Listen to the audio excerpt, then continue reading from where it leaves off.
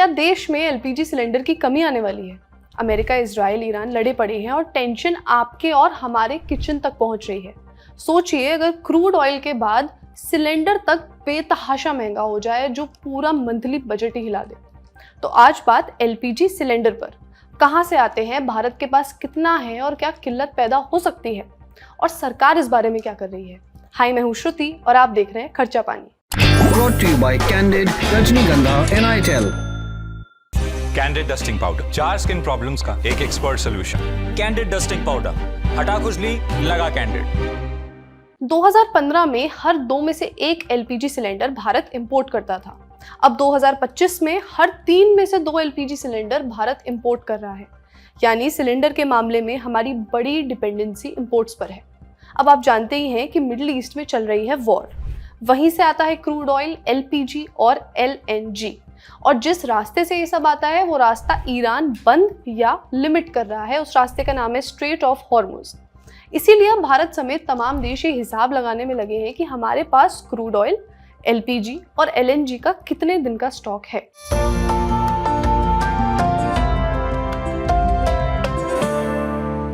भारत में एलपीजी की जरूरत हर साल लगभग 3 करोड़ 13 लाख मीट्रिक टन रहती है। ये 2025 का जो फाइनेंशियल ईयर था उसका फिगर है और इसका सोर्स है PPAC, petroleum planning and analysis cell. ये भारत सरकार की एक डेटा आर्म है जो मिनिस्ट्री ऑफ पेट्रोलियम के अंडर आती है। तो हर महीने 25 लाख टन से ज्यादा गैस चाहिए, और सिर्फ घर के लिए नहीं पर होटल, ढाबा, इंडस्ट्री, इन सबका मिला के।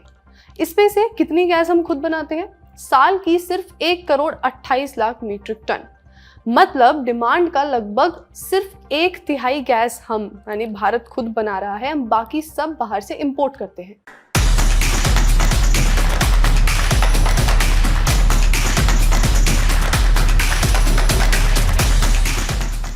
दो 2015 में भारत अपनी जरूरत का लगभग 50% इंपोर्ट कर रहा था और 2025 में ये बढ़कर 64 से 67% तक हो गया।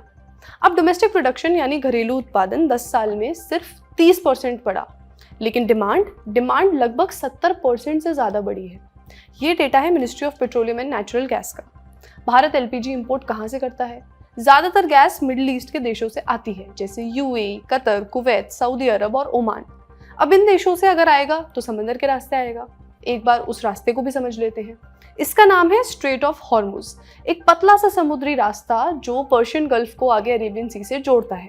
एक तरफ ईरान है और दूसरी तरफ ओमान और यूएई। मिडिल ईस्ट के कई तेल गैस वाले देश जैसे सऊदी अरब, कुवैत, कतर अपना क्रूड ऑयल, एलपीजी, एलएनजी ये सब इसी रास्ते से दुनिया भर में भेजते हैं। जब से ईरान और अमेरिका की वॉर शुरू हुई है, ईरान ने कई बार धमकी दी है कि अगर हालात और बिगड़े तो वो इस रास्ते को बंद कर सकते हैं।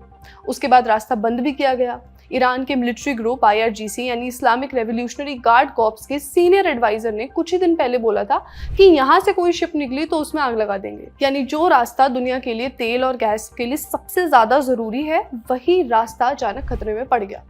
और भारत के लिए तो ये और भी बड़ा मामला है, क्योंकि भारत जो एलपीजी बाहर से मंगाता है उसका लगभग 85% हिस्सा इसी हॉर्मुज के रास्ते से होकर आता है। अब जरा सोचिए, अगर इस रास्ते में जहाज अटक गए या रास्ता कुछ दिन के लिए बंद हो गया तो गैस के टैंकर भारत तक पहुंचने में देरी होगी, और जब सप्लाई कम होगी तो असर सबसे पहले कहाँ दिखेगा? हमारी पॉकेट पे। जैसा कि आपको मालूम है, एलपीजी सिलेंडर और कमर्शियल सिलेंडर दोनों के दाम सरकार बढ़ा चुकी है, और असर फिर लोगों की सप्लाई पर भी पड़ सकता है। कैसे? पहली बात तो ये कि जैसा थोड़ी देर पहले आपको बताया था, हम अपनी एलपीजी जरूरतों का सिर्फ 1/3 ही भारत में बनाते हैं, जस्ट 1/3। पर हम इतना कम क्यों बनाते हैं और हम ज़्यादा क्यों नहीं बना पा रहे हैं जब हमें पता है कि हमारी डिमांड इस तरीके से बढ़ रही है? इसके लिए समझना ज़रूरी है कि एलपीजी बनती कैसे है। सिंपल है, एलपीजी यानी लिक्विफाइड पेट्रोलियम गैस। ये 2 गैसेस का मिक्स होती है, प्रोपेन और ब्यूटेन। ये गैस हमें 2 तरीकों से मिल सकती है। मतलब अगर हम मोटे तौर पर देखें तो 2 बेसिक तरीके हैं। एक कच्चा तेल, क्रूड ऑयल को रिफाइन करते समय, और दूसरा नेचुरल गैस को प्रोसेस करते टाइम। जब कच्चा तेल रिफाइनरी में जाता है तो उससे सिर्फ पेट्रोल या डीजल ही नहीं बनता, उसके साथ साथ कई और चीज़ें भी निकलती हैं, जैसे नैफ्था, केरोसिन, एटीएफ, एलपीजी। तो क्रूड ऑयल से एलपीजी बनाई नहीं जा रही है, पर वो एज अ बाय प्रोडक्ट, मतलब आप पेट्रोल डीजल बना रहे हैं तो साथ में एलपीजी बन के निकल जा रही है एक्स्ट्रा में। यानी रिफाइनरी का असली काम पेट्रोल डीजल बनाना है, एलपीजी तो प्रोसेस के दौरान थोड़ी बहुत अपने आप निकल जाती है। एनर्जी सेक्टर के डेटा और ministry of petroleum and natural gas से जुड़े कुछ एनालिसिस को देखा तो उनसे पता चला कि जब 100 टन कच्चा तेल रिफाइन किया जाता है तो उसमें से सिर्फ लगभग 4 से 5% एलपीजी ही निकलती है। मतलब अगर हमें ज़्यादा एलपीजी चाहिए तो सिर्फ रिफाइनरी बढ़ा देने से काम नहीं चलेगा, क्योंकि एलपीजी की मात्रा खुद ब खुद लिमिटेड रहती है। अब दूसरा तरीका आता है नेचुरल गैस प्रोसेसिंग। उसी में से प्रोपेन और ब्यूटेन को मिलाकर एलपीजी बनाई जाती है। दुनिया के ऐसे कई देश हैं जिनके पास नेचुरल गैस के बहुत बड़े रिजर्व्स हैं और वही देश सबसे ज़्यादा एलपीजी भी बनाते हैं, जैसे Qatar, Saudi Arabia, United Arab Emirates, Kuwait, Iran. अब इंडिया में नेचुरल गैस के रिजर्व्स ही कम हैं तो एलपीजी को ज़्यादा प्रोड्यूस कैसे कर सकते हैं? इसीलिए स्ट्रेट ऑफ हॉर्मुज इतना इम्पोर्टेंट है और यही डिपेंडेंसी, यही निर्भरता इस बात का जवाब है कि क्या एलपीजी सिलेंडर कम पड़ सकते हैं। आप समझ ही चुके हैं कि हमारे ऑप्शंस कितने लिमिटेड हैं और ये सब जुड़ा हुआ है। तो आइए एक्सपर्ट से समझते हैं कि सिचुएशन क्या है। क्रूड ऑयल को हम कहते हैं कि लाइफ ब्लड ऑफ इकोनॉमी, यानी कि क्रूड ऑयल के बिना हमारा कोई भी काम यहाँ पे नहीं हो सकता। ना तो हम ऑफिस में काम कर सकते हैं, ना हमारी मैन्युफैक्चरिंग होगी, ना हम खाना पका सकते हैं। हमारे प्राइसेस जो हैं वो $70 से, मतलब कुछ ट्रेडिंग सेशंस में हम लोगों ने $120 आता हुआ देखा। अगला आपको जो खरीफ क्रॉप होगा उसमें फर्टिलाइजर्स महंगे मिलेंगे, आपको क्रूड ऑयल महंगा मिलेगा, आपको सीड्स के प्राइसेस महंगे मिलेंगे। बहुत सारे फर्टिलाइजर्स हम इंपोर्ट करते हैं, वो आपको महंगा होगा या तो आपको मिलेगा ही नहीं, जैसे यूक्रेन रशिया वॉर में हुआ था। इसके बाद क्या है, इन्फ्लेशन आपको हर तरीके से बढ़ेगा। गैस सिलेंडर्स के प्राइसेस आपको बढ़ गए हैं, तो एक आम कंज्यूमर के लिए ये चीजें बड़ी बड़ी होती हैं। इसके बाद है कि कुछ चीजें हम बाहर से आयात करते हैं, उस पर भी इसका इम्पैक्ट आएगा। कुछ चीजों में आपको दिक्कत ये होगी कि हम यहाँ से एक्सपोर्ट नहीं कर पा रहे हैं, तो किसानों को वो दाम नहीं मिलेगा। एलपीजी सिलेंडर की किल्लत आ सकती है, ये सरकार को भी मालूम है। तो सरकार इसके लिए क्या कर रही है? केंद्र सरकार ने एक खास इमरजेंसी पावर का इस्तेमाल किया है, जो एसेंशियल कमोडिटीज एक्ट 1955 के तहत मिलती है। जब किसी ज़रूरी चीज़ की सप्लाई खतरे में होती है तो सरकार सीधे कंपनियों को कह सकती है कि आप इसका प्रोडक्शन बढ़ाइए और पहले देश की ज़रूरत पूरी करिए। इसी पावर का इस्तेमाल करते हुए सरकार ने 5 मार्च को देश की सभी सरकारी और प्राइवेट रिफाइनरीज को ऑर्डर दिया कि वे जितनी ज़्यादा एलपीजी बना सकते हैं उतनी बनाएं। अब एलपीजी प्रोपेन और ब्यूटेन गैस से मिलकर बनती है, हमने आपको बताया था।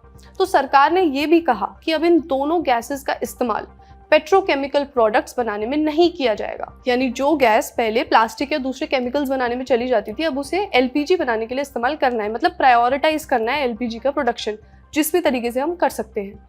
एक और रूल बनाया है कि जो एलपीजी इस तरह बनेगी उसे सिर्फ 3 गवर्नमेंट कंपनीज को दिया जाएगा: Indian oil corporation, Bharat petroleum, Hindustan petroleum. सरकार ने कहा है कि अगर किसी कंपनी ने इस ऑर्डर को नहीं माना तो उसके खिलाफ कार्रवाई भी हो सकती है। भारत में आज करीब 33 करोड़ से ज़्यादा एलपीजी कंज्यूमर्स हैं। इसीलिए सरकार की कोशिश है कि घर के किचन तक गैस की सप्लाई नहीं रुके। इसके साथ साथ सरकार एक और काम कर रही है कि हम सप्लाई के नए सोर्सेज ढूंढ रहे हैं। हमने आपको थोड़ी देर पहले बताया था कि इंडिया सिर्फ कुछ ही देशों पर, मिडिल ईस्ट के कुछ ही देशों पर कितनी ज़्यादा डिपेंडेंट है अपनी एलपीजी सप्लाई के लिए। तो भारत ने हाल ही में अमेरिका के साथ एलपीजी खरीदने की एक डील की है। 2026 में भारत की सरकारी कंपनियां अमेरिका से करीब 22 लाख टन एलपीजी खरीदेंगी, जो भारत के कुल एलपीजी इंपोर्ट्स का लगभग 10% होगा। यानी अगर मिडिल ईस्ट में दिक्कत बढ़ती है तो गैस अमेरिका जैसे दूसरे देशों से भी लाई जा सकती है। ये डील हुई है, अभी कुछ चालू नहीं हुआ है ऐसा, और मुसीबत सर पर आ चुकी है। अब ये कहना कि ये एक सिर्फ मिलिट्री वॉर है, ठीक नहीं लग रहा। ये पूरी तरह से एक इकोनॉमिक वॉर भी बन चुकी है। ट्रंप ने अभी कहा था कि ईरान को हराने के लिए एक छोटी सी कीमत है। कीमत छोटी है या बड़ी, ये तो उन्हें ही मालूम है जिनके लिए रोज़मर्रा का ज़रूरी सामान, जिनके बिना जीवन चलाना भी मुश्किल है, वो महंगा पड़ सकता है और उसकी किल्लत भी आ सकती है। इससे जुड़ा जो भी अपडेट होगा हम आप तक ज़रूर पहुंचाएंगे। आपकी इस पर क्या राय है हमें कमेंट्स में बताएं।